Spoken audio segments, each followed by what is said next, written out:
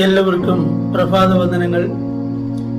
ഒരു ദിവസം കൂടെ ദൈവം നമുക്ക് ദാനമായി നൽകിയതോർത്ത് ദൈവത്തെ സ്തുതിക്കുന്നു. ഉൽപ്പത്തി പുസ്തകം 48-ാം അധ്യായം 11-ാം വാക്യം.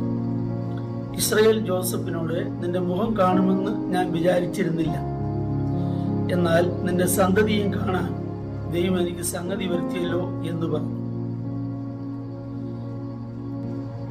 ജോസഫ് നഷ്ടമായ ശേഷം, അല്ലെങ്കിൽ ജോസഫിനെ കാണാതായ ശേഷം നീണ്ട 22 വർഷങ്ങൾ യാക്കോബ് ദുഃഖിക്കേണ്ടി വന്നു. ഇത് എന്റെ മകന്റെ അങ്കിയല്ലയോ എന്ന് പറഞ്ഞ് വളരെ ദുഃഖിച്ചു. എന്നാൽ പിൻകാലത്ത് നാളുകൾ അല്ലെങ്കിൽ വർഷങ്ങൾ ചിലത് കഴിഞ്ഞിട്ട് ജോസഫിനെയും ജോസഫിന്റെ മക്കളെയും കാണുവാനും അനുഗ്രഹിക്കുവാനുമുള്ള അവസരം ദൈവം യാക്കോബിന് കൊടുക്കുകയാണ്.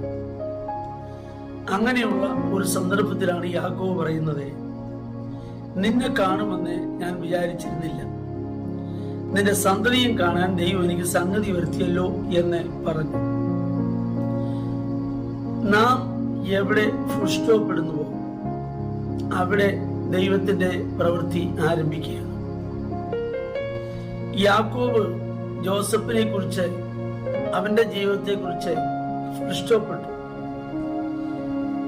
എന്നാൽ അവിടെ ദൈവം അവന്റെ ജീവിതത്തിന്റെ ആരംഭം കുറിച്ചു.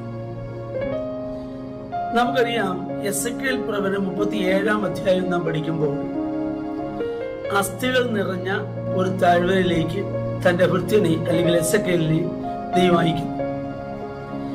അവിടെ ചെന്നിട്ട് ദൈവം ചോദിക്കുന്നു, ഈ അസ്ഥികൾ ജീവിക്കുമോ? ഇങ്ങനെ താഴോട്ട് വരുമ്പോൾ കാര്യങ്ങളൊക്കെ പറഞ്ഞു. അസ്ഥികൾക്ക് മാംസം പിടിപ്പിച്ചു, അതിന് ഞരമ്പ് വെച്ചു, തൊക്ക് പൊതിഞ്ഞു, അതൊരു സൈന്യമായി തീർന്നു എന്നൊക്കെ നമ്മളെ വായിക്കുന്നു. താഴോട്ട് വായിച്ചു വരുമ്പോൾ ഇസ്രായേൽ പറയുന്ന ഒരു കാര്യം അവിടെ എടുത്തു പറയുന്നു. ഞങ്ങളുടെ പ്രത്യാശയ്ക്ക് ഭംഗം വന്നു, ഞങ്ങളുടെ അസ്ഥികൾ ഉണങ്ങിപ്പോയി, ഇനി ഒരു ഉദ്ധാരണം, ഇനി ഒരു ഗതി ഉണ്ടാകുകയില്ല എന്ന് അവർ ചിന്തിച്ചിരിക്കുകയാണ്. എവിടെ അവർ അവസാനം കുറിച്ചു, അവിടെ അസ്ഥികളിൽ നിന്ന് അല്ലെങ്കിൽ അസ്ഥികളെ സൈന്യമാക്കി മാറ്റുവാൻ ദൈവത്തിന് കഴിയും എന്ന് അവരെ പഠിപ്പിച്ചു.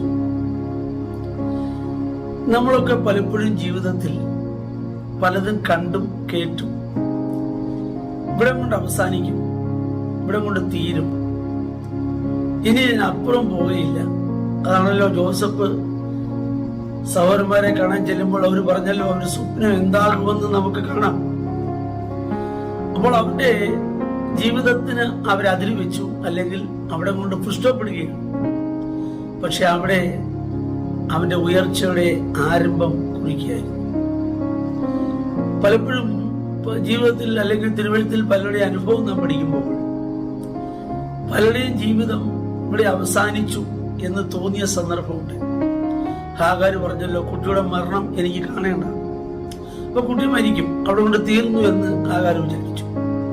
പക്ഷേ ദൈവം പറഞ്ഞു, ഇല്ല, അവനെ ഞാൻ ഒരു ജാതിയാക്കും. അപ്പോൾ മാനുഷിക കണക്കൂട്ടലല്ല ദൈവത്തിന്റെ കണക്കൂട്ടലുകൾ. അതുകൊണ്ടാണ് പ്രവാചകൻ പറയുന്നത്, നമ്മുടെ വിചാരങ്ങളല്ല ദൈവത്തിന്റെ വിചാരങ്ങൾ, നമ്മുടെ വഴികൾ അല്ല ദൈവത്തിന്റെ വഴികൾ. പലപ്പോഴും നാം ചിലതിന് ഫുൾ സ്റ്റോപ്പ് ഇടുമ്പോൾ ദൈവം അവിടെ ആരംഭം കുറിക്കും എന്ന് നാം ഗ്രഹിക്കും. ആകയാൽ ഇന്ന് പകൽ ഈ വചനം കേൾക്കുമ്പോൾ നമ്മുടെ ജീവിതത്തിൽ നിരാശയോ വേദനയോ ഭാരങ്ങളൊക്കെ ഉണ്ടാകുന്ന സന്ദർഭങ്ങളുണ്ട്.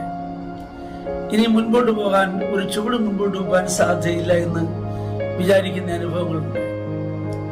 അപ്പോൾ പണ്ടൊരു ഭക്തൻ പാടിയ ഒരു പാട്ടിന്റെ അടികളുണ്ടല്ലോ, മുമ്പിലൊരു ചുവട് വെപ്പാൻ മാത്രമിവിടെ കാണുന്നു ഞാൻ, ആയതു മതി എനിക്ക്, ശേഷമെല്ലാം നിന്റെ ഹിതം.